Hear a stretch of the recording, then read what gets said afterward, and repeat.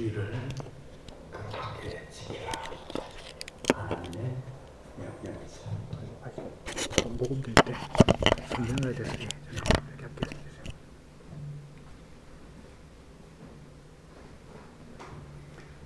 성경은 살아계신 하나님의 말씀입니다.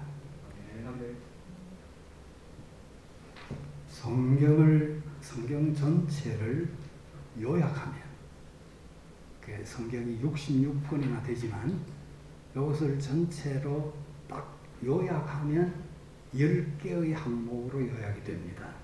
그게 바로 십계명이죠. 그 십계명을 보면 하지 말라 하는 것이 8가지고 하라고 하는 것 딱 2가지가 있습니다. 주의를 거룩하게 지키라. 부모에게 효도하라. 이 2가지만 하라는 것이고 나머지는 전부 하지 말라는 것이에요. 그만큼 우리 인생이 부패하고 타락해서 자꾸 딴 데로 튀어나간다는 겁니다. 그래서 하지 말라. 그 튀어나가는 것만 안 해도 80%는 하나님의 뜻을 이룰 수 있다는 거죠. 절대로 우리가 하나님의 역사, 성령에 장악되지 않고는 하나님의 자녀로, 하나님의 사람으로 살 수 없다는 사실을 인정해야 합니다. 그 성경 요약하면 이제 10개 항목이 되는데 1부터 4까지가 하나님 사랑이죠. 그 다음에 6부터 10까지 사람, 이웃 사랑이죠. 하나님 사랑과 사람 사랑. 이렇게 되어 있는 이유는 하나님을 잘 경외하고 하나님을 사랑해야 되는데 그 하나님은 보이지 않는 분이기 때문에 보이는 사람을 사랑하는 것 가지고 하나님 사랑하는 것으로 인정하겠다는 겁니다. 그래서 구체적인 삶이 없이는 하나님 사랑은 불가능하다. 이게 이제 성경 요약하면 그렇습니다. 하나님 사랑, 이웃 사랑. 예수님도 그렇게 설명했습니다. 그 큰 계명이 뭡니까? 물으니까 마음을 다하고 뜻을 다하고 성품을 다하여 내 하나님을 사랑하라 하셨으니 이것이 크고 첫째 되는 계명이요. 둘째도 그와 같은 것인데 이웃 사랑하기를 네 몸과 같이 하라. 이렇게 같다는 거예요. 동등선상에 놓고 있습니다. 그렇게 하나님 사랑, 이웃 사랑. 자, 그러면 이 10개의 항목으로 줄여진 성경이 2개로 요약해 보니까 결국 1개의 단어로 요약할 수 있습니다. 뭡니까? 사랑, 아가페. 이거는 에로스도 아니고 필리아도 아니고 스토케도 아니고 아가페. 하나님이 아가페이기 때문에, 하나님이 사랑이시기 때문에 성경이 그렇게 기록되어 있습니다. 그러면 구약에 기록된 이 수많은 율법들이 신약시대, 은혜의 시대라고 말하는 신약시대도 유효한 것인가? 구약에 있는 것도 다 그대로 지켜야 되는가? 하나님 분명 말씀하고 있습니다.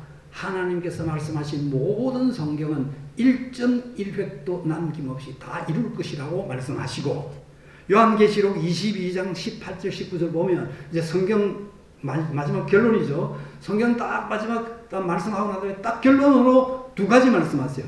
만약에 여기에 있는 말씀 이외에 더한다면 여기에 기록된 모든 재앙이 그에게 더해질 것이다. 만약 여기에 있는 말씀을 하나도 뺀다면 생명나무와 거룩한 성에 참여하는 것에서 제외될 것이다. 그러니까 성경 기록되어 있는 모든 것은 그대로 하나님의 말씀으로 그대로 받아야 됩니다. 그대로 받아가지고 문장에 있는 그대로 그냥 실천해야 됩니다. 여기다가 쓸데없이 자기 의견을 자꾸 붙이고 이렇게 왜곡하면 안 됩니다. 그냥 그대로 지켜야 돼요.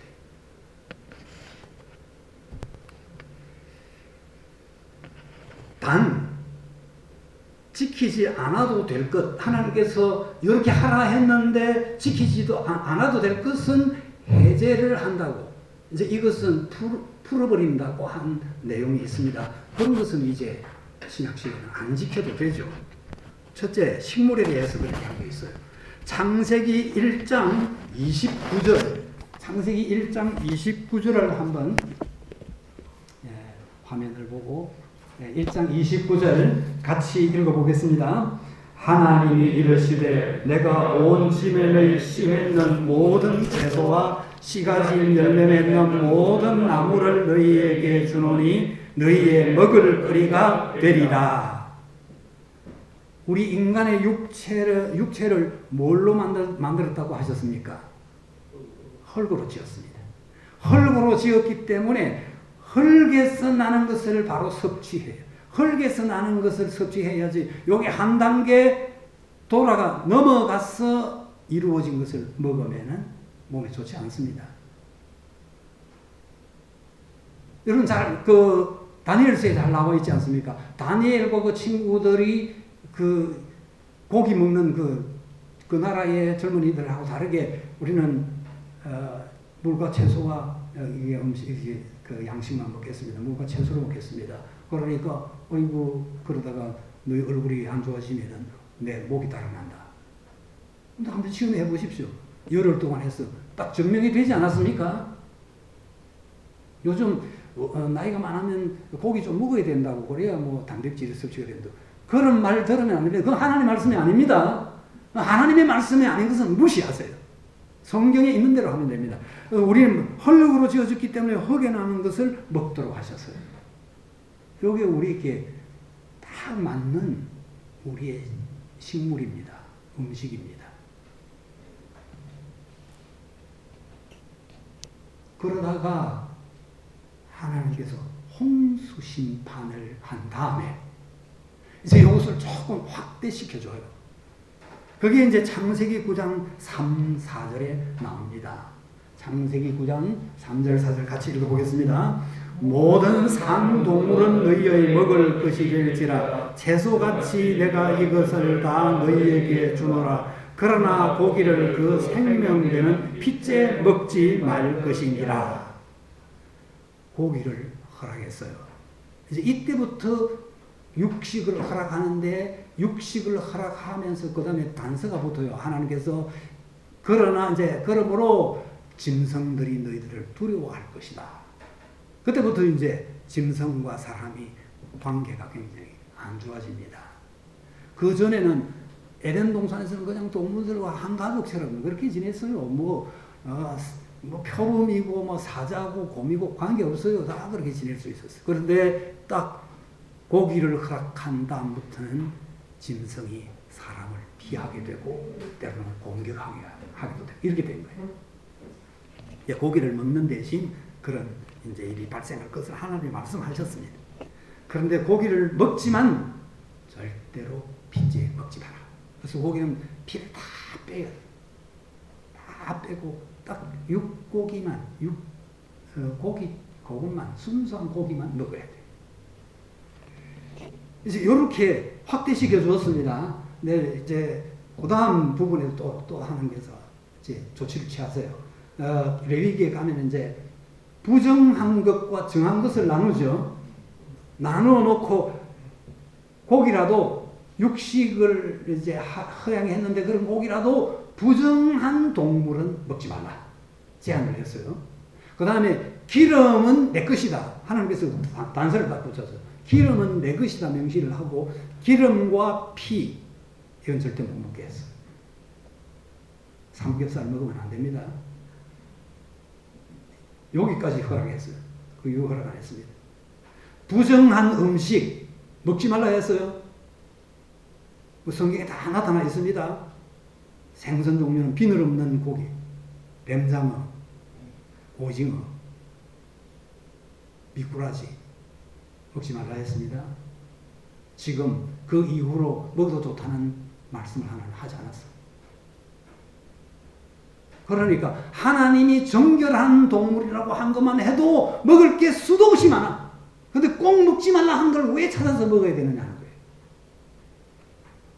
하나님께서는 우리 몸이 거룩한 몸이 되기를 원하십니다. 깨끗한 몸이 되기를 원하십니다.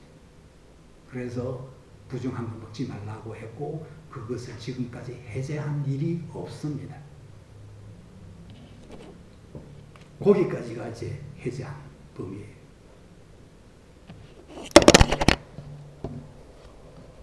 그 다음에 이제 식물은 그렇고 예배에 대해서도 하나님께서 해제한 것이 있습니다. 히브리서 7장 27절 히브리서 7장 27절 같이 읽어보겠습니다. 그는 저 대사장들이 먼저 자기 죄를 위하고 다음에 백성의 죄를 위하여 날마다 제사 드리는 것과 같이 할 필요가 없으니 이는 그가 단번에 자기를 드려 이루었음이라. 이제 짐승을 잡아서 하는 제사를 드릴 필요가 없다. 예수님께서 십자가 제단에 단번에 자기를 들여서 완성해버렸다. 그래서 피 흘리는 제사가 더 필요 없게 됐다는 겁니다. 그래서 이제 우리는 그런 제사를 안 드리고 이렇게 예배를 드리는 겁니다. 그 대신에 무엇을 드려야 됩니까? 나 자신을 드려야 되는 겁니다. 하나님 앞에 내가 제물이 되어 하나님 앞에 드려진다는 사실을 잊지 말아야 됩니다. 산 제물. 내가 산 제물이다. 이걸 기억해야 됩니다. 그 다음에 히브리서 10장 19절 20절 보면 이제 그렇게 한 이유도 조금 더 설명을 합니다. 같이 읽겠습니다. 그러므로 형제들아 우리가 예수의 피를 힘입어 성소에 들어갈 담력을 얻었나니 그 길은 우리를 위하여 휘장 가운데로 열어놓으신 새로운 살길이요 휘장은 곧 그의 육체니라. 예수님께서 살찌고 피 흘려서 단번에 제사를 완성함으로 말미암아 우리가 이제 성소와 지성소 구분 없고 다 철폐되었고 바로 하나님 앞으로 나간다는 겁니다. 우리의 예배는 바로 하나님 앞으로 가서 너희는 하나님의 택하신 족속이요 왕같은 뭐라고요? 제사장. 그러니까 여러분들이 예배 드릴 때 여러분의 제사장은 여러분 자신입니다. 제물도 여러분 자신입니다. 단 예수 그리스도의 십자가의 죽으심을 의지하여 믿음으로 나를 하나님 앞에 드리는 겁니다. 이것이 제대로 드려져야 하나님이 받으십니다. 그리고 반드시 하나님의 임재 앞에서 예배를 드려야 됩니다. 그 다음에 이제 율법에 대하여. 그러면 구약 율법이 그 창세기, 출애굽기, 레위기, 민수기, 신명기까지 이걸 오경이라고 하지 않습니까? 5개의 계명. 이 오경인데 그 다음에 그것에 관련되어서 그 다음에 이제 이것을 어떻게 했느냐 하는 문제를 쭉 구약의 말하기까지 다루고 있습니다. 그러니까 이 계명에 대하여 예수님께서 어떤 내용을 말씀하셨는가? 마태복음 5장 17절에 기록되어 있습니다. 같이 읽겠습니다. 내가 율법이나 선지자를 폐하러 온 줄로 생각하지 말라. 폐하러 온 것이 아니요 완전하게 하려 함이라. 예수님이 폐하러 온 게 아니라 완전하게 하기 위해서 왔다. 그러니까 율법이 절대 없어진 게 아닙니다. 그대로 지켜야 됩니다. 그런데 완전하게 지켜야 된다. 어떤 것이 완전한 거냐? 예수님이 직접 또 설명하셨어요. 마태복음 23장 23절 보면 어떤 것이 완전이냐? 같이 읽어보겠습니다. 화 있을진저 외식하는 서기관들과 바리새인들이여 너희가 박하와 회양과 근처에 11조는 들이되 율법에 더 중한 바 정의와 긍휼과 믿음은 버렸도다. 그러나 이것도 행하고 저것도 버리지 말아야 할지니라. 이 외식하는 서기관 바리새인들 예배 안 드렸다는 게 아닙니다. 예배 드렸습니다. 성경도 잘 읽었습니다. 그리고 자신들이 너무나 모범적으로 하나님 말씀을 지킨다고 자랑했습니다. 그래서 11조를 박하 같은 거, 뭐 채소 같은 거, 이게 보잘것없는 것에 11조까지 다 챙겨서 드렸다는 겁니다. 철저히 11조 생활을 했다는 겁니다.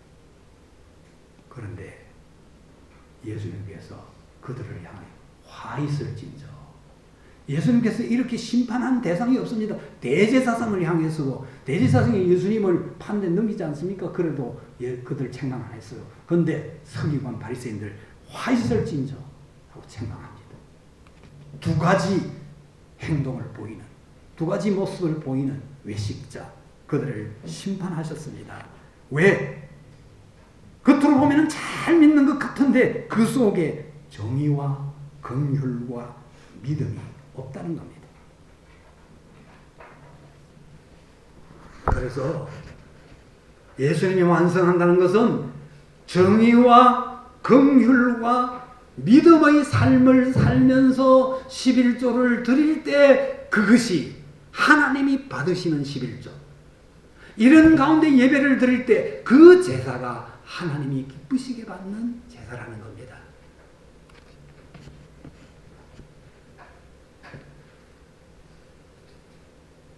그 예배 드리고 삶의 현장에 가서는 또 똑같이 그냥 옛날에 했던 대로 불신자들하고 분간이 안 되게 똑같이 하고 이러면은 그들을 향해서 화 있을진저 외식하는 이렇게 말씀하는 겁니다.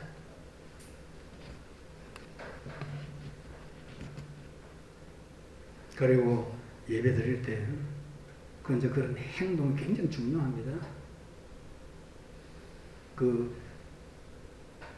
하나님께서 그냥 물 먹듯이 물 마시듯이 죄를 지으면서 또 나와가지고 예배 드린다고 그렇게 저 대형 교회에 이렇게 차가 이제 너무 많이 밀리니까 차가 쭉 줄을 수 있지 않습니까? 그러니까 막 4차선 도로에 1차선, 2차선을 다 차지해 버리는 거예요. 그러니까 민원이 계속 일어날 거 아닙니까? 그래서 딱 지키는 안내하는 안내원들이 한 줄로 오도록 계속 하고 보내요. 그런데 쫙 와가지고 옆에 길로 와가지고 싹 와가지고 거기서 딱 머리 뒤밀고 막 들어오는 거예요. 차 없는 쪽으로 싹 돌아가죠. 그렇게 수도 없이 많이 와. 근데 딱 관찰을 해보니까 주로 외제차 탄 사람이라. 내가 차를 몰고 다니면서 딱 이렇게 보면요. 대체로 운전은 인격이거든요. 대체로 좀 난폭하고 좀 법을 무시하고 다른 사람을 무시하고 운전하는 사람 보면 외제차 탄 사람.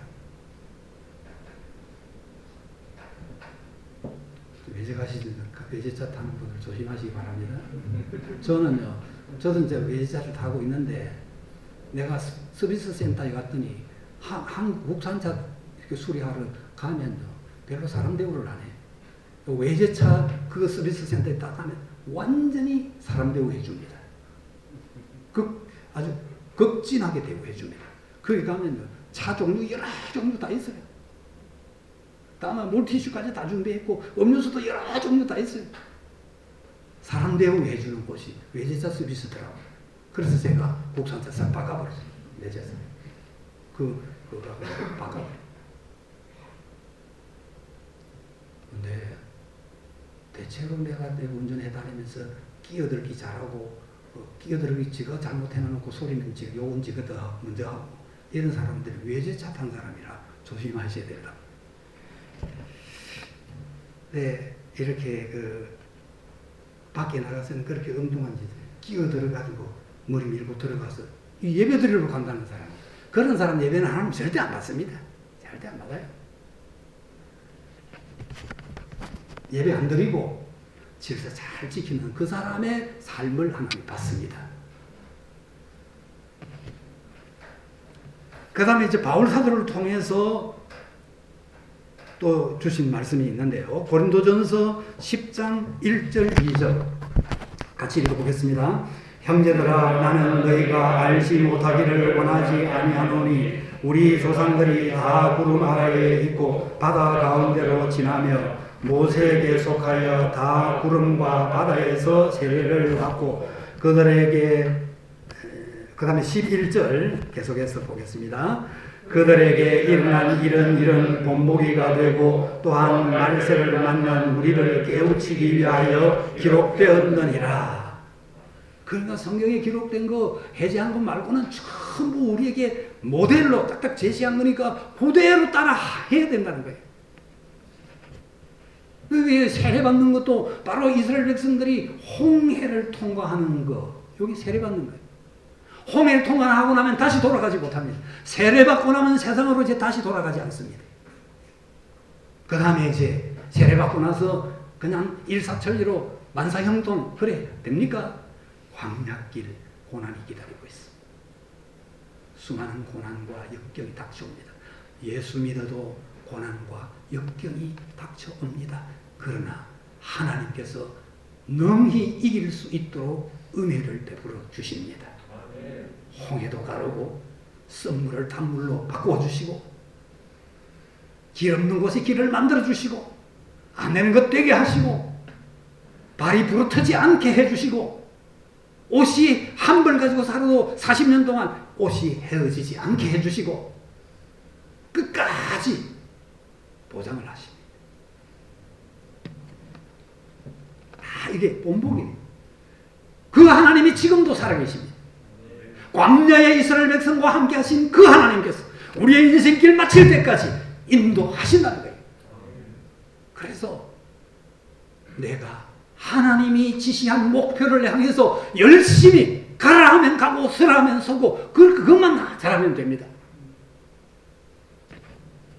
그 나머지는 하나님이 책임지십니다. 그러니까 성경을 잘 읽게 됩니다. 그 성경이 전부 다 모델로 거울로 우리에게 비춰주어서 이렇게 하라고 가르치는 것입니다. 이것은 이제 필요 없다. 그런 거 없습니다. 다 똑같습니다. 똑같이 살아계신 하나님의 말씀입니다. 그러면 사계명이 왜 중요합니까? 첫째로 사계명이 10개의 계명 중에 하나님과 나와의 관계를 증명하는 징표가 되기 때문입니다. 여기 징표가 있습니다.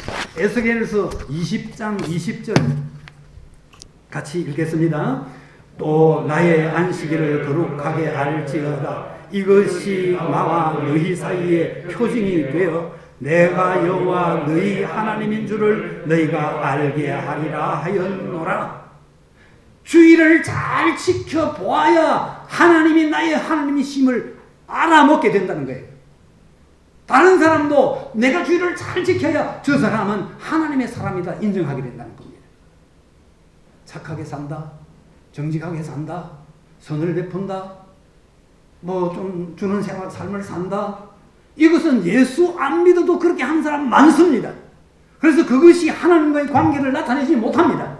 하나님과 관계가 있다, 하나님의 사람이다, 하나님의 자녀다, 그 증거는 주의를 어떻게 지키느냐 거기에 달려있다는 거예요.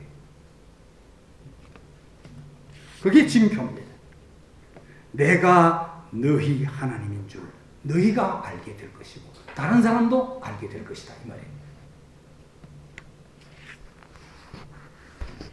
두 번째는 이게 첫 번째 하나님과의 그 징표를 나타내는 사계명은 그런 뜻이고 두 번째는 맡겨준 일에 최선을 다하라는 의미가 있습니다.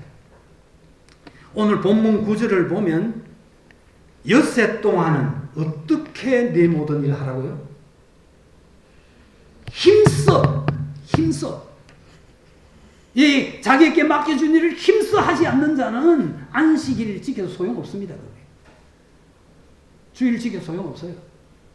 그래서 아까 오전에 내가 학생들에게 할 일이 공부니까 공부에 최선을 다해야 된다는 거예요. 어느 정도로? 코피 나도록, 얼굴이 노랗게 되도록.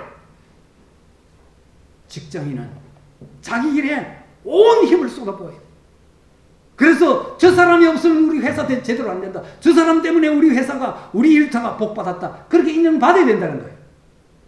요셉을 본 왕과 그 모든 신하들이, 장관들이 요셉이 하나님이 함께 하고 있다는 사실을 알았다고 그랬어요. 보았다고 그랬어요. 여러분을 통해서 하나님이 보여져야 된다는 사실을 기억해야 합니다. 맡겨준 일에 최선을 다해야 그 다음 주의를 지킬 수 있게 됩니다. 이거 안 되면 주의를 지킨다는 게 허사합니다. 아까 긍휼과 공의와 그것도 긍휼과 믿음, 정의와 긍휼과 믿음, 그거 빼버린 것 같다는 거예요.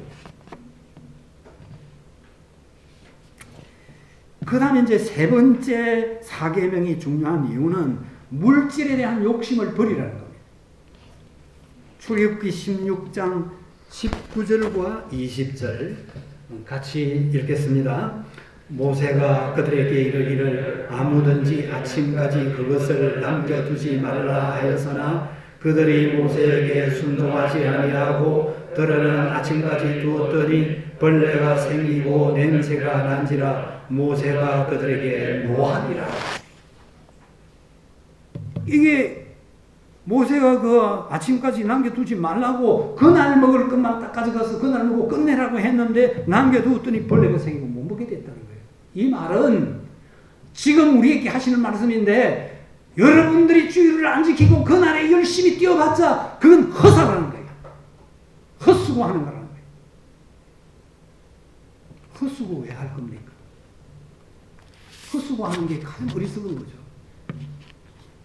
불신자들은 지혜로운 것도 어리석습니다. 아무것도 몰라요. 불신자는 아무것도 모르기 때문에 죽으라고 뛰면 되는 줄 알고 있어요. 안 그렇습니다. 규칙을 지켜야 돼요.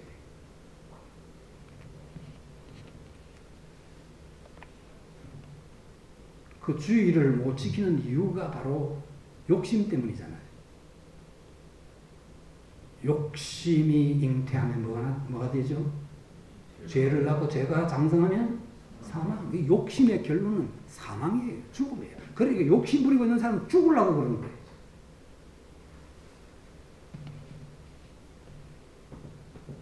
또 예수님께서 하신 말씀이 있어요. 악하고 무슨 종아? 악함과 게으름이 동격이라는 사실을 잊지 말아야 됩니다. 절대로 게으름 피우면 안 됩니다. 부지런해야 돼요. 내가 나이가 들어보니까 10분을 가만히 앉아있으면 안 돼요. 10분 있다가 딱 움직이려고 하면 근육이 이미 굳어져 있어요. 그래서 10분 정도 앉아 있었으면 또 바로 움직여야 돼요. 움직이고 또 앉고, 움직이고 또 앉고, 그래요. 하나님께서 이제 노동하게 하신 다음에 내 이마에 무엇이 있어요? 내 이마에 땀을 흘려야 입으로 먹을 것이 있을 것이다. 그래야, 그렇게 먹어야 그게 유익한 음식이 된다는 겁니다. 그러니까 수고를 쏟아붓고 나서 먹으라는 겁니다. 그러니 열심히 수고를 하는데 그 욕심이 계속 질주해서 주일도 계속 바로 통과할 위험이 굉장히 많습니다. 이랜드 전에 집사 시절에, 그때 박성수 집사였거든요. 집사 시절에 주일을 쉬었습니다. 지금 무슨 백화점입니까? NC백화점. NC백화점 주일을 안 했습니다. 그런데 지금 다 해요. 아니, 집사가 됐다가 이제 장로가 됐는데 그럼 더 좋아질 될 거 아니에요? 달라졌어요. 내가 우리 예배당시 할 때에 이거 돈을 좀 어디 융자를 내야 되겠대. 뭐 은행이 그냥 돈 빌려줍니까? 그래서 좀 이게 돈 빌려줄 수 있는 그런 보장을 좀 하고 좀 빌려달라. 내가 이렇게 빌려주면 갚겠다 하고 계획서를 짜고 그다음에 예배당시를 청사진을 꽂고 해가지고 서울에 올라갔어요. 서울에 올라가서 제일 먼저 한국유리 들었어요. 거기에 그 한국유리 회장 지금 돌아가셨지만 무슨 장로님이시죠. 장로님이신데 결국 가서 이제 비서실장이 나한테 와서 뭐 목사 회장님이 뭐 몸이 안 좋고 뭐 바쁘고 뭐 그런 내가 여관에 번호 주고 그 시간 10초만 나를 만나주면 된다. 그러고 이제 가 있었는데 연락 안 오더라고. 또 갔는데 비서실장이 또 여러 가지 변명을 이야기하는데 회장님 찾아가지고 보니까 딱 회장님이라는 내가 봤거든. 나가는 게 보이더라. 그래서 그냥 박대를 당하고 63빌딩 갔죠. 근데 최순영 장로를 했어요. 딱 가는데 입구에 가니까 경비하는 사람들 뭐 검태 뭐 경비한테 검태는 머리 많이 둘렀는지 이것도 뭐 검태가 그래가지고 나보고 약속했느냐 묻더래. 안 했다니까. 그럼 곤란한데 하면서 이제 비서실장 연락해 주는 거예요. 그래서 전화를다가 이야기했더니 이렇게 좀 교회 사정 때문에 왔다 하니까 그런 일이라면은 이제 뭡니까 선교센터 있죠 거기. 백종원 말고 횃불 선교센터. 횃불 선교센터 거리로 가보라는. 그 같은 장로님 한 분이 앉아 계신데 목사님 이런 일 하면 뭐 그들이 움직이겠습니까? 하다못해 사도행 탈출이라도 돼야 뭐 그러면서 그 회장 부인 연결 이형자 권사 전화를 연결. 그래서 권사님한테 내가 이렇게 해서 왔습니다. 목사님 우리 그런 일 안 합니다. 이런 지하에 알아보더라고. 그래서 또 나와가지고 또 지하철 타고 마을버스 타고 그다음에 이랜드 본부에 갔어요. 그때 박성수 집사일 때 보니까 로비에 이불 깔고 데모하는 사람들이 있고 뭐 그런데 이제 이야기했더니 비서가 또 지금 연초가 돼가지고 이렇게 순회하고 있기 때문에 바빠서 시간이 없다고. 내가 시간 딱 될 때 연락만 해주면 내가 여관에서 기다리고 있겠다. 네, 결국 못 만났습니다. 장모님 두 분, 집사님 한 분 만나려 했는데 결국 못 만나고 일주일을 보내고 비둘기 열차에 몸을 싣고 의자에 딱 자리에 딱 앉았는데 눈물이 폭포같이 쏟아져. 슬픔의 눈물이 아니고 감사의 눈물. 그 감사의 이유는 세상에 돈 조금 있고 지위가 조금 있으면 이렇게 만나기가 어려운데 우리 하나님은 내가 부르면 언제나 대답해 주시고 염려하지 말라 내가 너를 도와주리라. 너무 감사했어. 펑펑 울면서 감사의 눈물을 내려봤습니다. 하나님이 예배당 지을 사람 다 준비해놨어요. 그래서 성명교 예배당이 지어진 겁니다.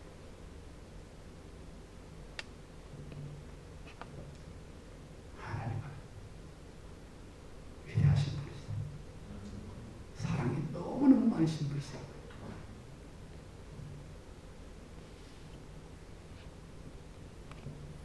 욕심 부리지 말라. 여세 동안 힘써라. 그 다음에 주의를 거룩하겠으니까 잘 지켜라. 욕심내지 말라는 거예요. 여러분 욕심 버리시길 바랍니다. 그리고 부지런하셔야 돼요. 여러분 우리 남자분들 신랑 되시고 남편 되시고 이 아버지 되신 남자분들 밖에 나갔다가 일하고 들어오면 제일 먼저 들어와 집안 들어 뭐부터 하죠? 손 씻죠? 절대로 손 씻지 마세요. 양말부터 벗어서 씻으세요. 양말 씻으면 손은 저절로 씻겨져요. 양말 벗어가 절대 집어 던지지 말고 반드시 자기 손으로 비누칠해서 씻으세요. 그러고 갖다 널어놓으세요. 빨래대에다가 널어놓으세요. 양말 두 걸레만 하면 오늘 신었던 거 빨아 널어놓고 새 거 신고 갔다 오면 그거 다 말라 있습니다. 그것도 빨아 널어놓고 두 켤레만 있으면 충분해요. 남은 양말 있거든. 아파트 경비원 아저씨 주세요. 요거 지켜보겠습니다. 장로님 지금까지 하셨습니까? 안 하시죠? 이제부터 하시겠습니까? 하나님은 큰 것을 요구하지 않습니다. 작은 것. 아내를 사랑하십니까? 그러니까 내 양말 이거 내 손으로 빨리 저 하루 종일 또 늘상 부엌에 물에 손 넣었는데 너무 안 됐다. 내가 빨리 했습니다. 아내를 사랑한다면 그렇게 하시기 바랍니다. 하나님이 점검하실 거예요. 그래서 집사님 하십니까? 안 하셨죠? 하십시오. 아내를 사랑합니다. 그리고 굉장히 경제적이에요. 비누 쓸데없이 손에 훔칠 필요 없이 그냥 양말에 비누 칠해가지고 씻으면 양말도 씻기고 손도 씻기고. 그리고 여러분 식사하실 때 절대로 배 부르게 먹지 마셔요. 배 부르게 먹었다면 이건 벌써 하나님이 먹으라고 한 필요 양을 넘어간 거예요. 그것은 탐욕입니다. 배 부르도록 먹는 것은 탐욕입니다. 배 부른데도 또 먹는 사람은 그건 도둑놈입니다. 심지어 그것은 우상숭배라고 골로새서에 딱 못을 박아놨어요. 탐욕은 우상숭배니라. 배 부른데도 먹는다는 것은 탐욕으로 먹는 겁니다. 그래서 배 부르기 직전, 배가 아직 부르지는 않는데 좀 배 찬 것 같다. 그럴 때 숟가락을 놓으시기 바랍니다. 그러면 절대 배에 안 튀어나옵니다. 그 에너지 다 쓰게 되기 때문에. 그리고 돈 주고 스포츠 센터에 가든지 돈 주고 수영장 가든지 돈 주고 하는 운동은 절대 하지 마세요. 그거는 하나님이 주신 에너지 수고하고 애써서 하나님 만들어서 주는 에너지를 섭취한 다음에 또 쓸데없이 그냥 낭비하는 거예요. 에너지도 낭비하고 돈도 낭비하고. 반드시 일을 통해서 활동을 통해서 에너지가 소모돼야 돼요. 에너지 소모하는 만큼 성과가 있어야 돼요. 하나님은 아무 가치 없이 일하시는 분이 아닙니다. 그래서 배 부르기 직전에 숟가락을 놓고 우상숭배자가 되지 않기 위해서 해야 되는 거예요. 그 다음에 그 물건을 가지고 반드시 활동을 통해서 에너지를 소비하되 가치 있는 일에 활동을 해서 에너지를 써야 됩니다. 심지어 보면 실내에다가 이렇게 설치해놓고 막 돌아가는 그게 걷는 거 하잖아요. 그 정신 빠진 사람이 그런 거 하는 거예요. 어디 목적지 가야 돼요. 가는데 걸음을 걸을 때 정상보다 힘줘서 딱 걸어가요. 가서 목적을 이루어서 하나님의 영광을 위해서 일하고 돌아와야 돼요. 그 다음에 걸을 기회가 없으면 차 다 두고 걸어서 교회로 오세요. 가치 있는 일에 에너지를 써야 돼요. 그리고 음식은 한 알도 딴 데로 흘러버리는 일이 없도록 해야 돼요. 제가 우리 교회에 식사할 때 자기 먹을 양을 자기가 딱 알아서 챙겨가라. 그 다음에 식판에 절대로 남기는 것 없게 하라. 식당에는 이 음식물 모으는 그릇 다 없애버린다. 음식 남긴 거 갖다 붓는 그릇 다 없애버렸어. 그리고 자기가 가지고 가봤더니 많아가지고 못 먹. 그런 바보는 밥 먹을 자격이 없다. 자기 분량을 자기가 모른다는 게 말이 되느냐? 자기 먹을 만큼만 딱 들어가서 깨끗이 다 먹어야 된다. 그래서 한 3개월 동안 내가 딱 그게 이제 식판 반납하는 데서 서가지고 감독했어. 한 3개월 하고 나니까 지켜졌어요. 하나님께서 쌀 하나를 만들기 위하여 하늘에 수많은 별을 박아놓은 것도 있고 돌아다니게 한 것도 있고 그 다음에 끊임없이 해가 돋아오르게 하시고 계절에 따라 햇볕의 양을 조절하시고 그 다음에 공기를 적당하게 하기 위해서 바람을 움직여가지고 어떤 데는 급해가지고 하나님께서 태풍을 일으켜가지고 빨리 고르게 만드셔요. 그렇게 해가지고 이 하나를 이게 잘 자랄 수 있도록 햇빛도 빼고 쬐고 그 다음에 바람도 불고 흔들어서 수정도 하게 하고 그 다음에 벌나비 동원해가 보내가지고 이게 수정 다 하게 하는 거예요. 그래가지고 또 이제 이게 햇빛을 또 강하게 비추기도 해가지고 이렇게 익어서 알이 차게 한 다음에 하나님께서 그 알날이 내게 주시면서 아들아 딸아 먹고 나와 함께 가자. 사랑의 쌀 사랑의 알맹이로 내게 하나하나 열매 맺게 해서 먹게 하신 겁니다. 제가 우리 교회에서 우리 성도들이 넥타이 선물을 참 많이 하더라고요. 그 넥타이 딱 주면은 그 다음날 주일날 반드시 그걸 딱 메고 나가요. 그 성도님을 내가 넥타이 자기 준 거 맨날 그부터 볼 거 아니에요. 반드시 주일날 딱 메고 나가. 얼마나 기분 좋겠어요. 그런데 또 보니까 목사님 안 맺더라. 나중에 사택에 보고 가보니까 짐 묶고는 꺼내기로 썼더라. 그럼 다시 선물 주고 싶은 생각 들까요? 다시는 안 주고 싶어요. 하나님께서 한 알, 두 알, 최소 생명이 있는 것. 그것도 그냥 만든 게 아니고 생명 있는 것으로 만들어가지고 내 생명을 지켜주시고 건강을 지켜주시려고 이렇게 주었는데 그걸 함부로 갖다 버린다든지 그 쓰레기통에 넣는다든지 하면 하나님 마음이 어떻겠습니까? 그러니까 밥알 한 톨도 흘러나가게 하면 안 됩니다. 그리고 벌써 70% 이상 먹으면은 이 심지어 나쁘게 말하면 질량 보존의 법칙이 있잖아요. 한쪽에서 많이 꺼모아 버리면 저쪽에 굶어 죽는 거예요. 그래서 많이 먹으면 심지어 북한의 저 꽃제비들 뭐 뻘구덩이에 거기에 국수 떨어진 거 주워 먹는 거 봤죠, 사진에. 그 뻘구덩이에 떨어진 국수를 먹는데 그걸 입에서 끄집어내 먹는 사람입니다. 그 70% 이상 먹는 사람은. 그냥 먹지 말고 음식을 먹을 때 하나님을 생각하고 먹어야 됩니다.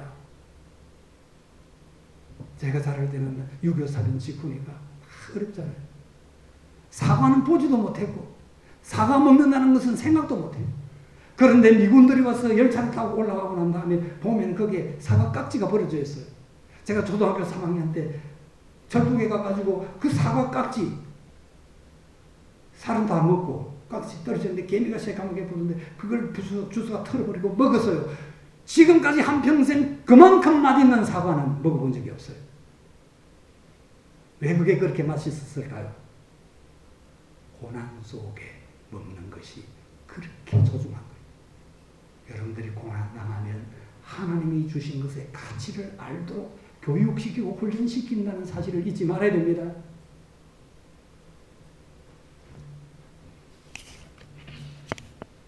절대로 지나치게 먹으면 지금은 사과 하나를 내가 깎아서 먹을 수 있다. 이건 막 기적 중에 기적이에요. 그러니까 지금도 내가 사과 깔때기까지 요즘은 안 먹죠. 깎아가지고 살 있는 거 전부 다 살이 없고 그 딱딱한 것만 남을 때까지 다 먹고 그건 버려요. 그걸 버릴 수 있는 것만 해도 얼마나 감사한 일입니까? 지금 말이죠. 민주당 의원 78명과 무소속 1명이 합쳐가지고 79명이 교회 폐지법을 발의했답니다. 이제 앞으로 어떤 환란과 핍박이 닥쳐올지 몰라요. 그러면 추풍 낙엽처럼 다 날아갈 거예요. 코로나만 와도 코로나 그건 뭔데 독감 짓을 한 건데 다 날아가는데 환란이 오면 남겠습니까? 제가 선언합니다. 지금 한국 교회에 수백만의 성도가 있는데 내가 잘 봐줘서 그 중에 성령 세례 받은 완전히 중생한 사람은 10%가 안 된다는 사실.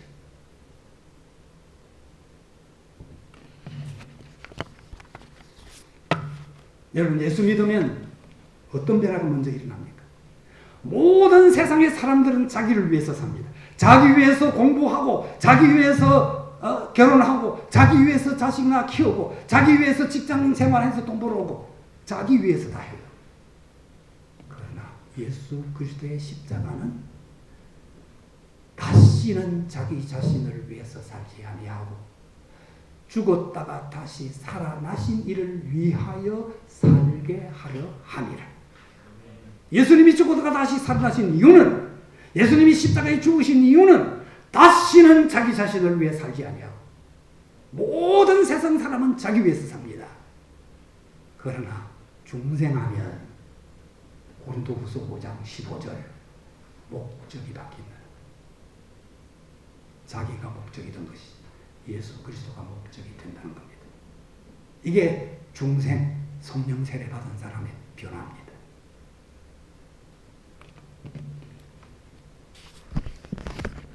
욕심을 버려야 돼요.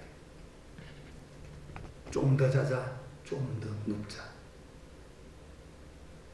그게 성경에 죄악으로 표시되고 있습니다. 그 다음에 네 번째는 안식일, 사계명의 네 번째는 순종하면 먹는 문제, 입는 문제 하나님이 책임지신다는 겁니다. 말씀에 순종하면 그 내가 책임지겠다. 출애굽기 16장 22절 23절 같이 읽겠습니다. 여섯째 날에는 각각 사람이 갑절의 식물보다 하나에 2오멜씩 거둔지라.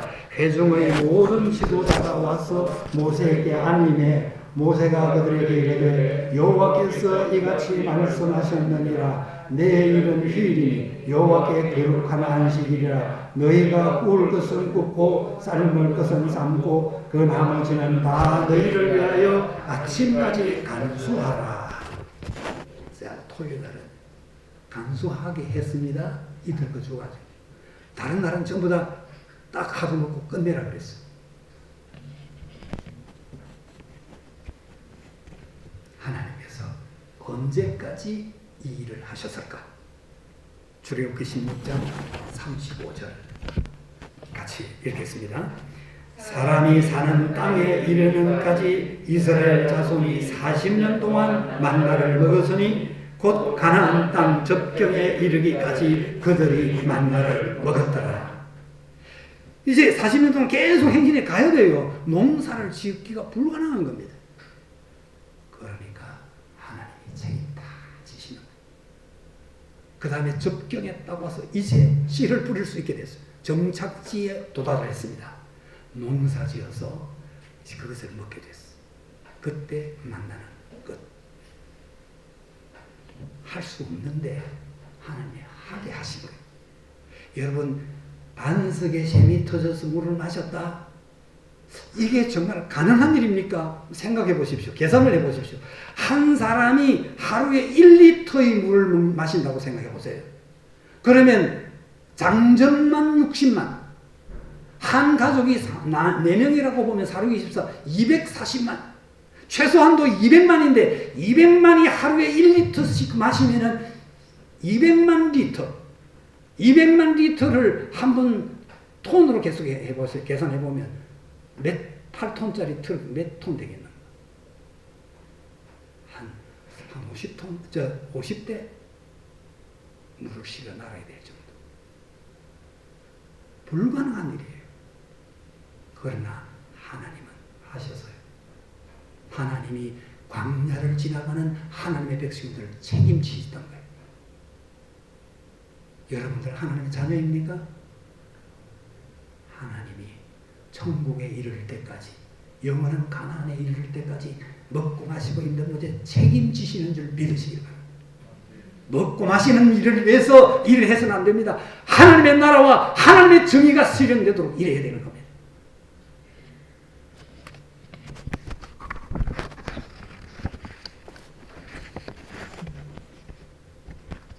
다섯 번째는 주의를 잘 지키는 자체가 복이라는 겁니다.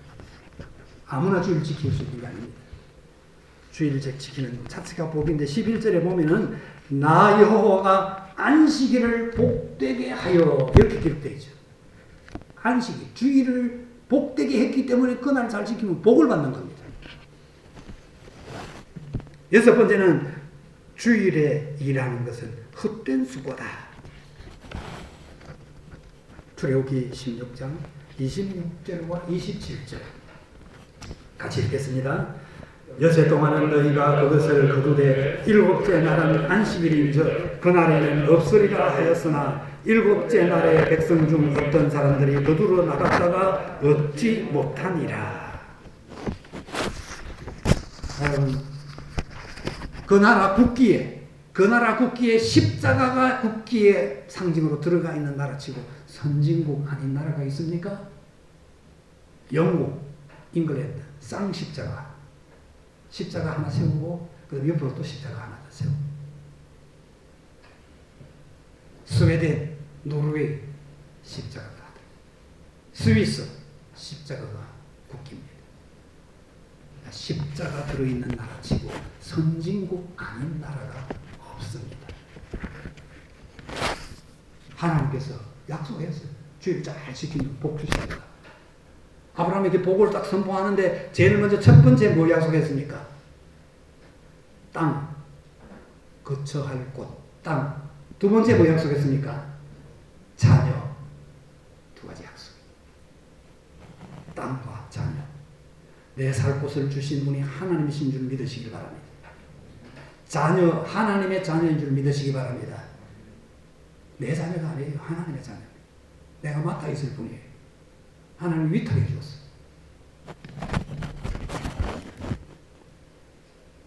예수 믿는 복음이 먼저 전파돼가지고 예수 믿는 나라들이 다 선지국 됐는데 그건 주일을 다 쉬는 거예요. 1년에 주일이 몇 번 있습니까? 52번 있습니다. 그러면 1년에 주일이 52번인데 예수님 오시고 나서 지금 올해가 몇 년입니까? 2022년. 52 곱하기 2022 하면은 10만 5,144일. 10만 5,144일. 쉬었단 말이에요. 요걸 횟수로 계산하면 365로 나누면 288년. 조금 더 돼요. 그러니까 복음 중심으로 사는 나라들은 주일 다 쉽니다. 그러니까 2022년 동안 약 288년을 쉬면서 온 거예요. 예수 없는 나라들은 그냥 365일 일을 합니다. 다른 종교 믿는 사람은 365일 일해요. 그런데 불교가 지배하고 있는 동남아시아 선진국입니까? 전부 후진국이에요. 이슬람이 지배하고 있는 중동 선진국입니까? 석유가 펑펑 나는데도 백성들 딱 가난해.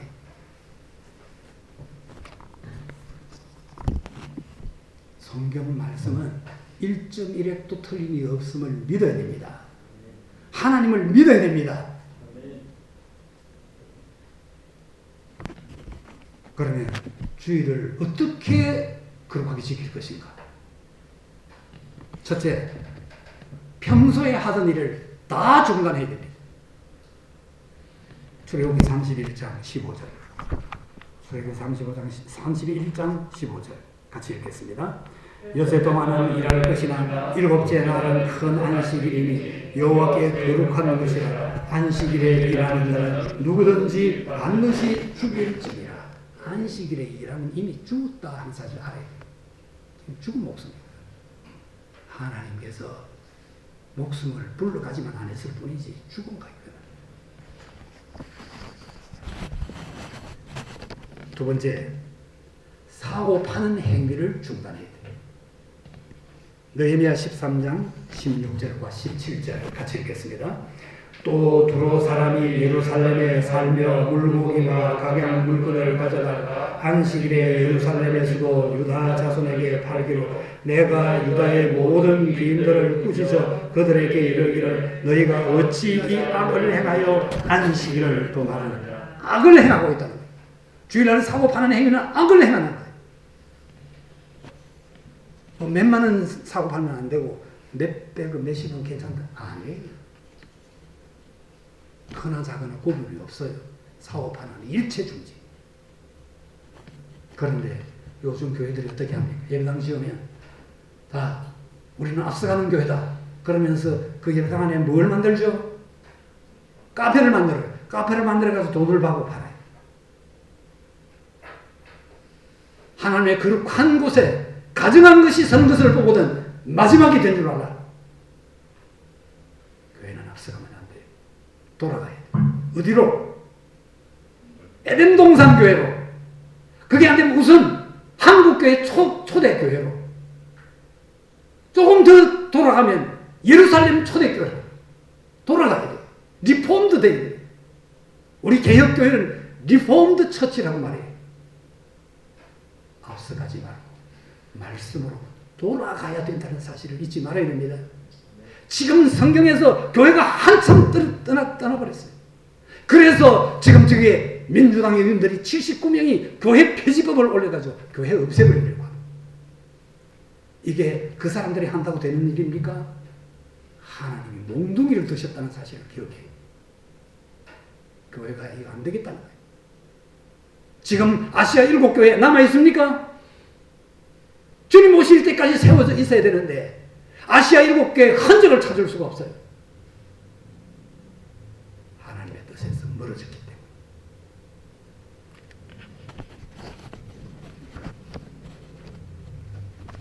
여러분, 주일날은 일체 사고파는 행위를 하지 말아야 돼요.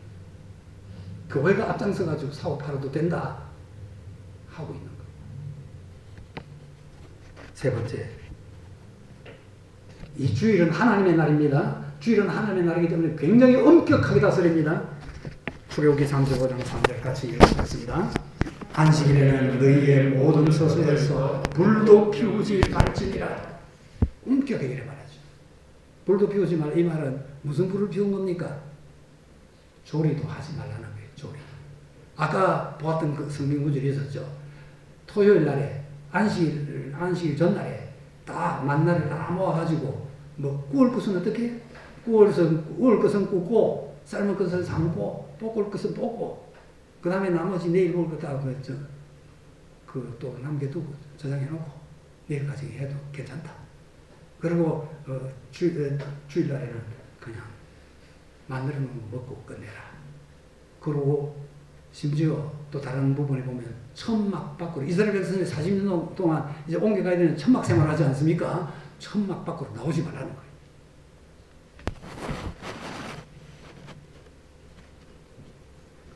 민수기 15장 32절 35절 같이 읽어보겠습니다. 이스라엘 자손이 광야에 거류할 때에 안식일에 어떤 사람이 나무하는 것을 발견한지라. 35절 여호와께서 모세에게 이르시되 그 사람을 반드시 죽일지니 온 회중이 진영 밖에서 돌로 그를 칠지니라. 진영 밖으로 끌어내라는 거예요. 진영은 하나님의 성막이 함께하는 거룩한 곳이다. 거기에서 죽이지 말고 밖으로 끌어내서 죽여라. 안식일날 뭐 음식 해 먹으려고 나무하러 간 거예요.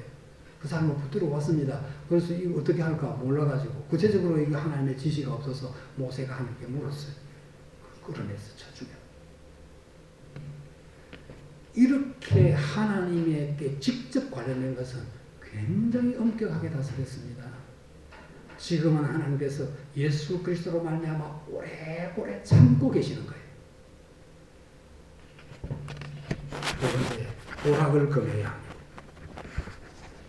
이사야 58장 13절 14절 같이 읽겠습니다.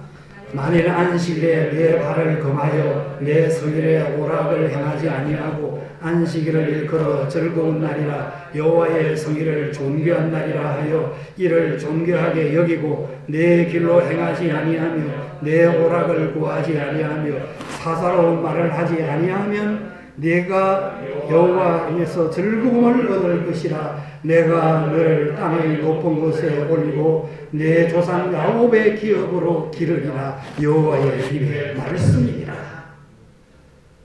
주일을 잘 지키고 주일이 너무 즐거운 날이다. 너무 행복한 날이다. 하나님과 만나는 이것이 너무 존귀하고 너무 좋은 날이다. 그리고 일체 인간적인 즐거움을 구하지 아니하고 주님 만나고 주님이 섬기는 이것을 기쁨으로 여기면 야곱의 기업으로 기르리라. 야곱이 베델에서 하나님 만났으니 꿈을 꿨습니다. 하나님 나타난 것을 꿈에서 벌떡 일어나가지고 자기가 베고 있던 돌베개를 세우고 거기에 혹시 필요할 때 야경으로 쓰는 기름 조금 있던 거 붓고 하나님 앞에 예배를 드렸습니다. 너무나 소박한 예배 아닙니까? 평화만주도 없었습니다. 오케스트라도 없었습니다. 짱아만 찬양대도 없었습니다. 그냥 돌들이 나등겨로도 있고 아무 식물도 제대로 자라지 않은 광야입니다. 거기서 무릎 꿇고 예배드립니다. 하나님이 야곱의 이 예배를 받았습니다. 그래서 20년 야곱 타향살이에 하나님이 함께 하셨습니다. 그래서 금이 환영합니다. 20년 후에 수많은 양떼 소떼를 거느리고 수많은 자녀들을 가족들을 거느리고 금이 환영합니다.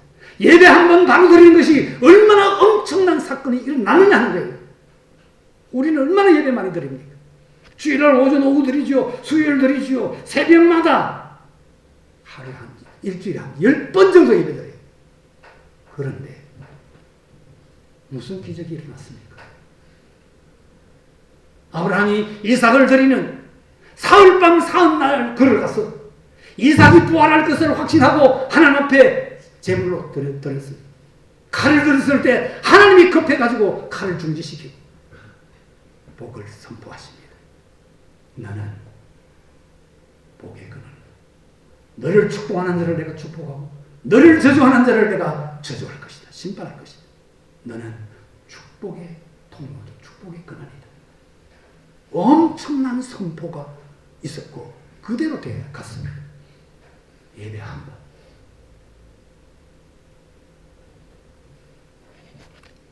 예배를 제대로 된 예배 드려야 돼. 하나님 이곳에 계십니다.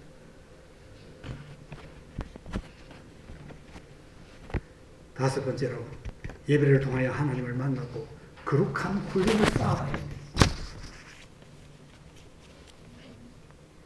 여러분들이 이 예배당에 들어오기 전에 꼭 기도하고 생각하면서 여기 들어오십시오. 전도서 5장 1절을 보면 너는 하나님의 집에 들어갈 때에 내 발을 삼갈지니라. 가까이 하여 말씀을 듣는 것이 우매한 자들이 제사 드리는 것보다 나으니 그들은 악을 행하면서 깨닫지 못함이니라. 가까이 하여 말씀 듣는 것이 우매한 자들이 제물 드리는 것보다 낫다는 거예요. 저들은 우매해서 아무도 모른다는 거예요. 악을 행해도 회개가 없다는 거예요. 여러분 일주일 동안 하나님의 말씀 그대로 100% 순종했습니까? 못했으면 하나님이 길을 열어놓지 않았습니까? 회개하라고. 회개하면 70번씩 7번이라도 7번씩 70번이라도 용서해 주겠다고 말씀하세요. 그래서 예배 전에 철저히 하나님 앞에 눈물로 통회해야 하는 거예요. 그리고 예배 자리에 나가야 이 예배당 딱 안으로 들어올 때 금문의 발을 들여놓을 때 여기는 하나님의 집이다. 발을 삼가야 되는 겁니다. 그래야 하나님의 말씀이 들려오게 됩니다. 그런 정신이 없으면 하나님 말씀 안 들려요. 예배 헛일입니다.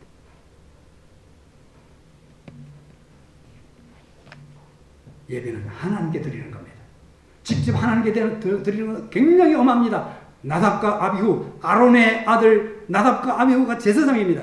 그들이 제사를 딱 드리러, 예배 드리러 딱 들어가서 이게 제사장복을 입고 들어가서 향로에 있는 불이 있는데 다른 불을 거기다 썼어요. 하나님이 지정한 불 말고 다른 불을 썼어요. 그대로 그 자리에서 하나님께서 불을 내서 태워 죽여버렸어요. 끝장내. 예배를 함부로 드리면 그냥 죽음이라는 사실을 알아야 됩니다. 그냥 살아있다고 하나님이 막 불태워 안 죽여버리니까 그냥 뭐 유사로 생각하고 예배드려요. 그래도 하나님이 용납하시리라. 절대로 그렇지 않습니다. 자기 생각대로 하면 안 됩니다. 말씀대로 해야 돼요. 다윗이 법궤를 운반하려고 했어요. 그런데 다윗이 하나님 법궤를 운반하는데 멋진 소리를 만들어야지. 그래서 새 소리를 다 만들었어요. 그 다음에 한 번도 멍에를 매지 안 했던 암소를 끌어다가 끌게 했어요. 그 다음에 풍악을 울리면서 다윗이 앞장서서 춤추면서 이렇게 운반해 갔어요. 소가 뛰는 바람에 법궤가 넘어지려고 했어요. 우사가 손을 대버렸어요. 그 자리에서 우사가 죽어버렸어요. 자, 모세가 잘 못하려고 한 겁니까? 잘한다고 한 겁니까? 잘한다고 한 거예요. 우사가 법궤가 넘어지려고 잘한다고 잡았어요. 잘하는 게 소용없다는 겁니다. 내 생각에 잘하는 거 아무 소용없다는 겁니다. 하나님께서 지시한 대로 해야 돼. 법궤는 아무도 손을 못 대게 돼 있어요. 법궤 운반은 반드시 레위인들이, 고하토손들이 채를 깨가지고, 그 고리가 다 되어 있어요. 채를 깨가지고 어깨에 매야 돼. 하나님이 지시한 방법이 다 있어요. 그런데 제 좋은 대로, 자기가 생각해서 좋은 대로 했어요. 안 됩니다. 하나님의 말씀대로 가야 돼요. 그래서 오늘 지금 성경을 많이 보고 있지 않습니까? 제 설명은 좀 줄이고 하나님 말씀 가지고 지금 보는.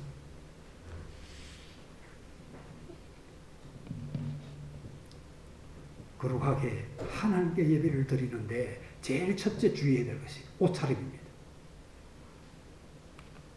하나님은 여자가 남자 옷을 입는 것을 용납지 않습니다. 남자가 여자 옷을 여자가 하는 것도 용납지 않습니다. 오늘날은 완전히 유니섹스, 남자인지 여자인지 뒤에서 보면 분간이 없어요. 하나님은 그런 것을 증오하세요. 혐오하십니다.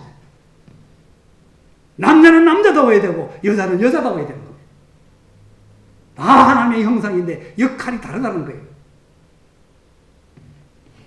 옷차림에 주의해야 됩니다. 출애굽기 20장 26절 같이 읽어보겠습니다. 너는 청개로 내 재단에 오르지 말라. 내 하체가 그 위에서 드러날까 함이니라. 이 청개로 오르는 이게 중요한 게 아니고 하체가 드러날까. 하체가 안 보이게 하는. 제사장은요 안에 속옷을 입어요. 속옷을 입고 묶고 그 위에 제사장 옷 에봇을 또 입어요. 발까지 끌리는 옷. 아랫도리가 안 보이도록 하기 위해. 그런데 오늘날 한국교회 그런 주의를 시킵니까? 샌들 신고 오는 사람도 있고 심지어 민소매 입고 오는 사람도 있고 핫팬티를 입고 오는 사람도 있고 절대로 그런 예배는 안 받습니다. 손목까지 가려야 돼. 발목까지 다 덮어야 돼. 제가 현직에 있을 때 새벽 기도를 1부, 2부, 1부는 4시 45분에 2부는 6시에 한데 늘 새벽마다 그 2부를 2부를 내가 다 새벽 기도 인도해서 창세기부터 계시록까지 차례대로 그렇게 하다가 은퇴를 했어요. 이제 회중석에 앉아서 기도를 하게 됐어. 그냥 조금 편한 옷으로 입고 교회 가서 예배를 기도를 시작했어. 하나님께서 당장 책망하셨어. 너가 누구 앞에서 앉아있느냐. 강단의 하나님 다르고 밑에 하나님 다르냐는 거예요. 그래서 제가 하나님 잘못했습니다. 그때부터 강단의 과거에 할 때처럼 정장 다 양복을 입고 넥타이 메고 정장을 해서 새벽 기도에 늘 참석합니다. 목사님이 강단에서 짧은 옷 입으면 안 되면 여러분도 안 되는 겁니다. 목사님만 제사장입니까? 여러분 제사장 아닙니까? 제사장이에요. 왕 같은 제사장이에요. 똑같아요. 목사님이 하는 예배 인도할 때 하는 복장대로 같이 해야 돼요. 같은 자세. 옷차림에 주의해요. 레위기 6장 10절 같이 읽어보겠습니다. 제사장은 세마포 긴 옷을 입고 세마포 속바지로 하체를 가리고 제단 위에서 불태운 번제의 재를 가져다가 제단 곁에 두고 이제 요 예배 드릴 때는 이렇게 하고 이제 예배 끝났어요. 이제 재를 치워야 돼요. 그때는 재를 두고 가서 옷을 갈아입는 곳에서 평상복을 입고 제사장 옷은 그게 보관을 하고 이제 재를 가지고 밖으로 나가라는 거예요. 적어도 여러분들이 주일날 하나님 앞에 나올 때는 특별한 옷을 다 준비했다가 비싼 옷을 입으라는 게 아니에요. 예배 드릴 때에는 좀 구별된 옷을 입고 예배를 드리러 와야 됩니다. 적어도 최소한도 정장을 해야 됩니다. 디모데전서 2장 9절 같이 읽어보겠습니다. 특별히 여성들은 미에 관심이 많기 때문에 굉장히 유혹받기 쉽습니다. 태도, 옷차림에. 그래서 지적해놨어요. 같이 읽겠습니다. 또 이와 같이 여자들도 단정하게 옷을 입으며 소확함과 정절로서 자기를 단장하고 따은 머리와 금이나 진주나 값진 옷으로 하지 말고 내 돈 주고 내가 사는데 왜? 절대로 하나님 그 용납하지 않습니다. 네 돈이 아니라는 사실을 알아요. 너 위에 하나님이 있다는 사실을 기억해야 된다. 아담과 하와에게 그 가르치기 위해서 다 마음대로 해도 좋다. 그러나 선악과는 손대면 안 된다. 먹으면 안 된다. 네가 마음대로 할 수 있다. 뺏긴다. 그러나 내 위에 이것을 네게 맡기고 이것을 지으신 하나님이 계시다는 사실을 잊지 말라. 에덴 동산 중앙에 딱 선악과를 뒀어. 언제나 하나님이 나를 보고 계시고 내 예배를 살피신다 하는 사실을 생각하고 소박하게 보편적인 사람들이 입는 옷으로 하되 단장, 속사람 정절로 단장하고 소박하게 금이나 진주, 값진 옷 하지 말고 그 뭐 코단에 뭐 몇천만 원, 몇백만 원 안 된다는 겁니다. 그 시대에 보편적인 시민들이 입는 옷을 입어라. 그 다음에 세 번째 주의할 것, 예배자의 자세를 갖춰야 됩니다. 하나님은 예배 드리는 입장에서는 예의를 굉장히 중요하게 생각합니다. 레위기 19장 32절 같이 읽어보겠습니다. 너는 샘머리 앞에서 일어서고 노인의 얼굴을 공경하며 내 하나님을 경외하라. 나는 여호와니라.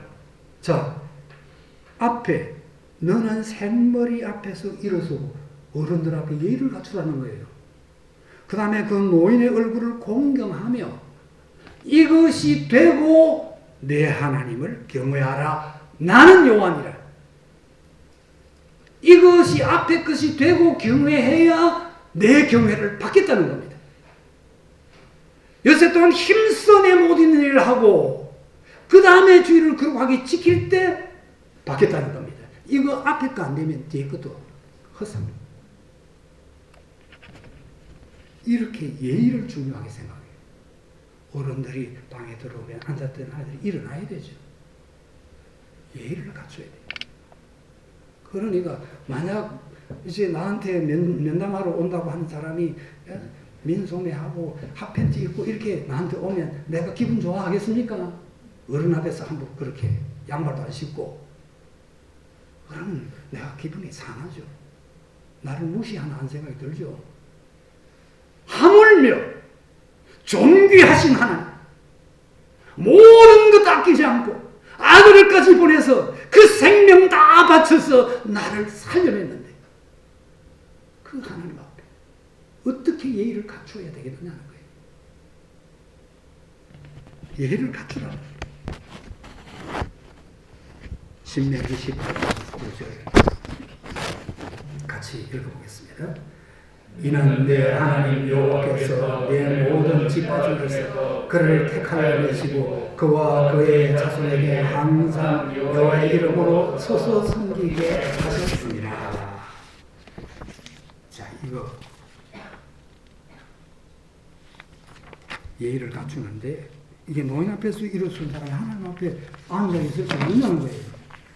그래서 여기에 그 예배 드리는 사람들 여호와의 이름으로 서서 섬기게 했다. 예배들 지금 서서 했어요. 여러분 제일 처음에 예배 시작할 때 일어서 가지고 신앙 고백했죠. 사실 그렇게 서서 예배 드려야 돼요. 구약 성경에 쫙 보면은 앉아서 예배 드린 일이 없습니다. 지금 여러분들이 세계 테마 기행하는 그런 사진이나 그 다음에 걸어서 세계 속으로 하는 사진을 보고 그 속에 그 옛날에 있었던 교회, 동방교회를 이렇게 비춰주는 거 있어요. 동방교회 예배당. 의자 없습니다. 저 변두리에 의자 몇 개나 하는 이거는 노약자와 병든 사람, 이런 사람들 안도하기 위해서 있고, 의자 없습니다. 여러분들 큰 역사에 남아있는 성당들 가보세요. 그 의자 있습니까? 없습니다. 어느 때인가부터 의자가 들어오고, 제가 어릴 시절만 해도 의자가 없어서 바로 바닥에 무릎 꿇고 앉아 예배 드렸습니다.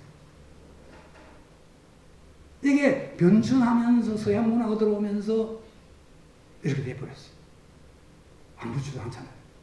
죄의식이 있습니까? 없어요. 이렇게 습관, 전통이 무섭다는 사실을 알아야 됩니다.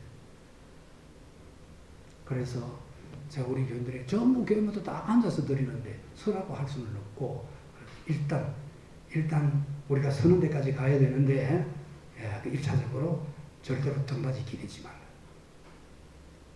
딱 엉덩이를 뒤에까지 딱 넣고 직각으로 앉으라.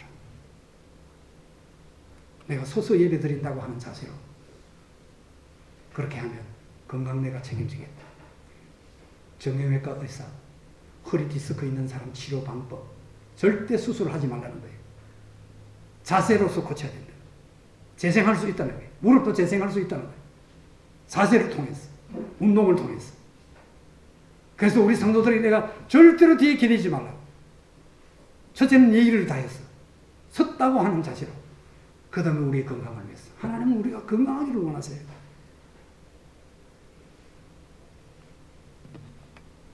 영혼이 잘된 같이 범사가 잘 되고 강건.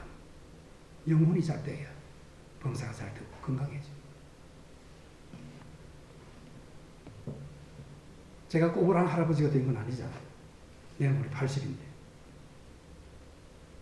나는 나보고 나이 묻지 마라 그럽니다. 꼭 알고 싶으면 내가 29살이다. 내년에 또 물으면 내가 29이라고 그랬잖냐. 후내년에 또 물어도 그거 내가 묻지 말라고 그랬지. 29을 기억해라 이제. 자꾸 물으면 도로 내려간다. 그렇게 얘기를 해요. 모세가 120세까지 살았어. 귀가 흐리죠. 눈이 흐리죠. 기력이 쇠하지 않았다. 하나님을 낭망하는 자는 무슨 힘을 얻어요? 새 힘을 얻으리. 독수리의 나라 올라가면 같을 것이다. 항상 몸이 허약해가지고 비실비실 그 회개부터 하세요. 그 다음에 기도 부지런히 하고 할 수 있는 그 최선을 다해서 움직이세요. 높이뛰기 한 대 보면은 150m, 150cm. 그 다음에 그 뛰어넘으면 152cm. 그 뛰어넘으면 155cm. 이렇게 올라가요. 요건 넘어야, 걸리면 못 올라가. 넘어야, 그 다음 조금 올라가는 거예요. 그러니까 최선을 다해서, 있는 힘을 다해서 움직이고 하나님 원하는 방향으로 가면, 그 다음에 올려주세요. 건강을 조금 더 올려주세요. 또 그 최선을 다하면 더 올려주세요. 나중에는 그냥 한 것 다 떠나가게 하십니다. 한꺼번에 하나님은 쏟아부어 주지 않습니다. 그러면 감당도 못하고요.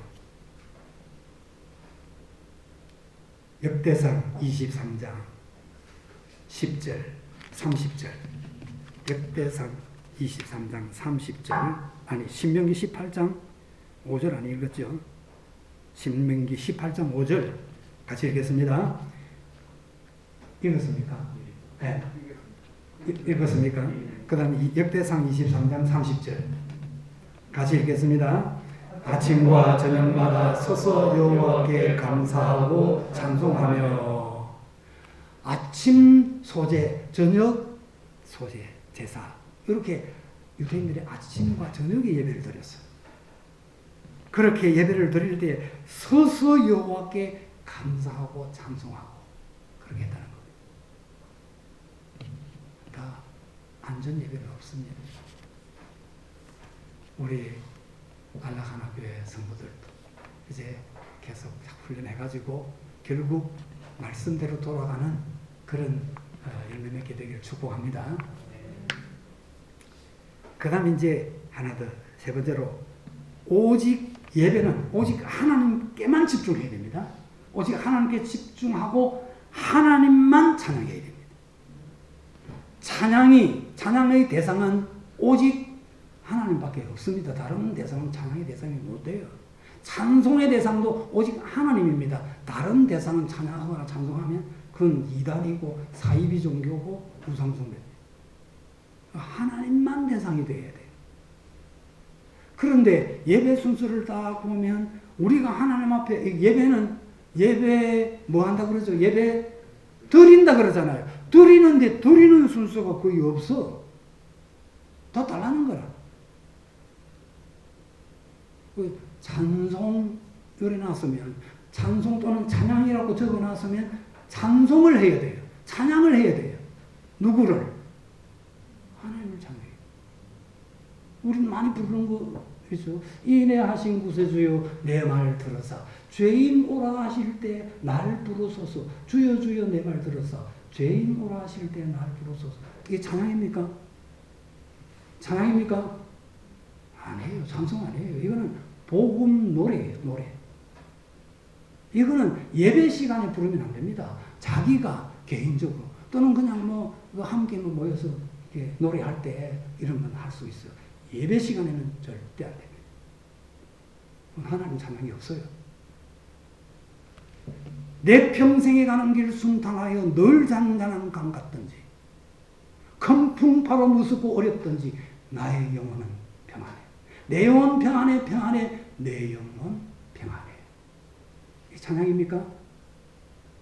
아니에요. 복음 노래. 자기 고백이. 이거는 예배 시간에 불러서는 안 되는 겁니다. 이 우리 성경 찬송 편집이 아주 잘못됐습니다. 성경은 절대 변함이 없는 것이기 때문에 이렇게 딱 편집을 해서 책으로 만들 수 있어요. 근데 찬송은 안 돼. 그러면 안 돼. 제대로 막 찬송을 넣든지. 지금 640 몇 곡이 있는데 그 중에 99%가 복음 노래입니다. 하나님께 드릴 찬양이 아닙니다. 아까 나답게 아비후 말씀드렸죠. 다윗의 벗겨움만 하는 태도 보셨죠? 그러니 한국 교회 예배를 하나님이 받으시나 하는 겁니다. 개인적으로는 온전히 하나님께 자기를 드렸어요. 받으셔요. 그러나 공동체 전체로 볼 때는 거의 하나님이 받지 않는 예배. 예배는 굉장히 엄격합니다.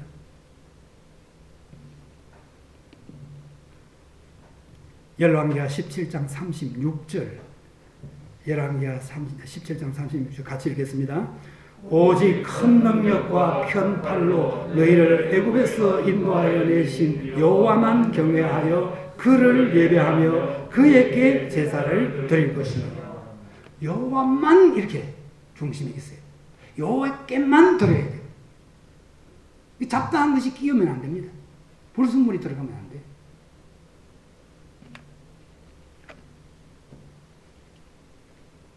시편 134편 2절 같이 읽어보겠습니다.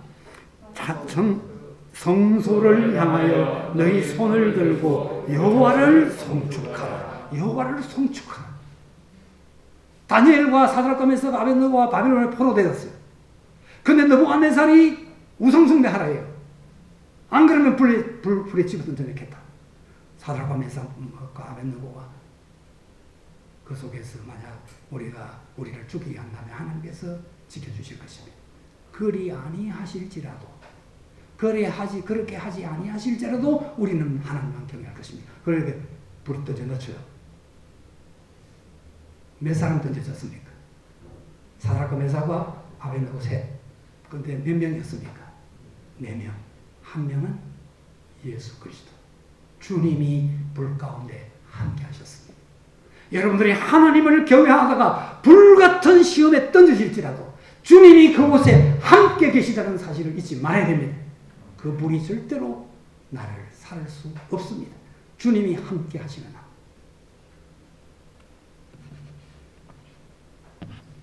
그 사건을 목도하고 느부갓네살이 에스겔 4장 끝부분에 보면 느부갓네살이 그 무서운 폭군 왕이 하나님을 찬양하는 게 나와 있어요. 그게 찬양이에요. 다리오 왕이 다니엘 다른 신에게 예배하고 기도하면 사자굴에 넣는다. 도장 탁 찍었어. 다니엘 그래 하는 거 고발해가지고 다리오가 그렇게 사자굴에 던지고 싶지 않은데 도장 찍었어요. 던졌어요. 걱정 많이 했어요. 밤새 끝잠을 못 자고 걱정하다가 아침에 달려가서 다니엘아 너의 살아계신 하나님이 너를 지켜주셨더냐? 예 임금님 만세 수를 사옵소서. 하나님께서 사자의 입을 막아주셨습니다. 다리오가 너무 기뻐가지고 찬양을 해요. 에스겔 6장 끝부분. 그게 하나님의 찬양 내용인 거예요. 너를 지키신 하나님, 위대하신 하나님, 능력을 역사하시는 하나님, 모든 만물을 창조하신 창조주 하나님. 이게 찬양이에요. 여러분 핸델의 메시아 알죠? 그 오라토리오 가사가 거의 같은 내용. 할렐루야 할렐루야 영원히 영원히 왕의 왕 또 주의 주 그가 다스리시네. 찬양과 영광 존귀 주님께 돌리세. 그런데 임금이 벌떡 일어나요. 너무나 감동적이어서 임금이 감동받아 벌떡 일어났어요. 그 이후로 할렐루야 합창 가운데 2부의 마지막에 있는 이 오라토리오 메시아 중에서 이 할렐루야 합창 연주될 때 다 서서 듣지 않습니까? 하나님을 찬양해야 예배에 하나님이 임재하시고 예배를 받으시고 성령으로 우리를 감동시켜 주시는 겁니다. 그래서 감격해서 예배자로 일어서 나가게 되는 겁니다. 그 감동으로 세상에 나가서 빛과 소금의 역할을 할 수 있는 겁니다. 그런 은혜가 없이는 똑같아요.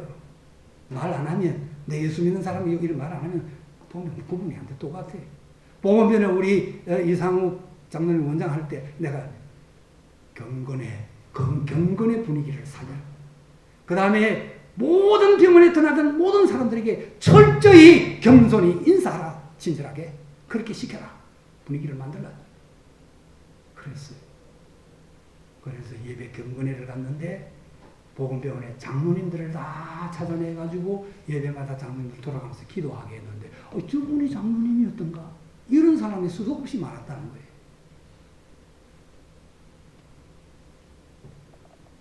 주의를 어떻게 지키는가? 그게 하나님과 내가 관계에 있다는 것을 보여주는 거예요. 예배를 어떻게 드리는가? 인생이 달라지게 돼 있어요. 아브라함의 예배 한 번으로, 그리고 야곱이 베델의 예배 한 번으로, 그리고 기도할 때는 야곱이 기도에 승리했을 때 뭐가 어떤 사고가 일어났죠? 야곱 기도하다가 사고 났잖아요. 야복 강가에서 뼈가 부러졌잖아요. 기도를 할 때는 적어도 뼈가 부러지도록 기도를 해야 돼요. 그러면 인생이 바뀝니다. 그가 이제 절면서 지팡이를 짚고 절면서 가는데 성경에 딱 기록해 놨어요. 해가 돋았더라. 그의 앞에 밝은 빛이 비치기 시작했다는 겁니다.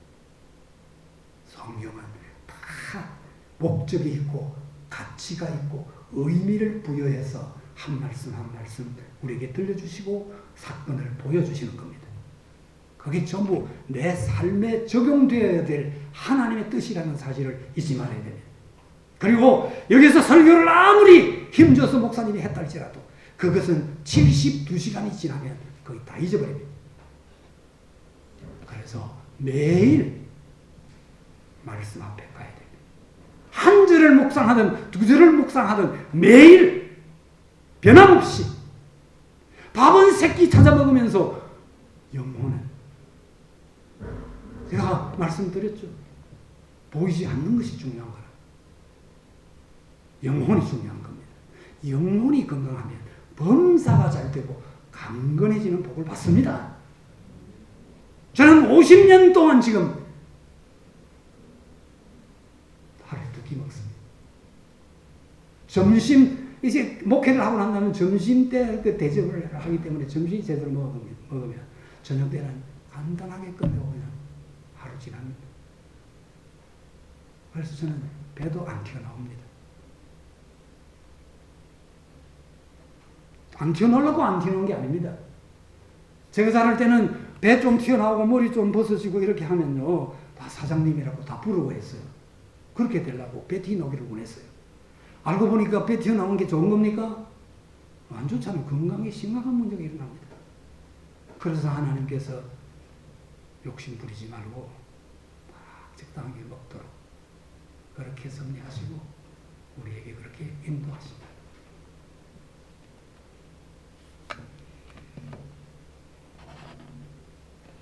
하나님은 지금도 살아계십니다.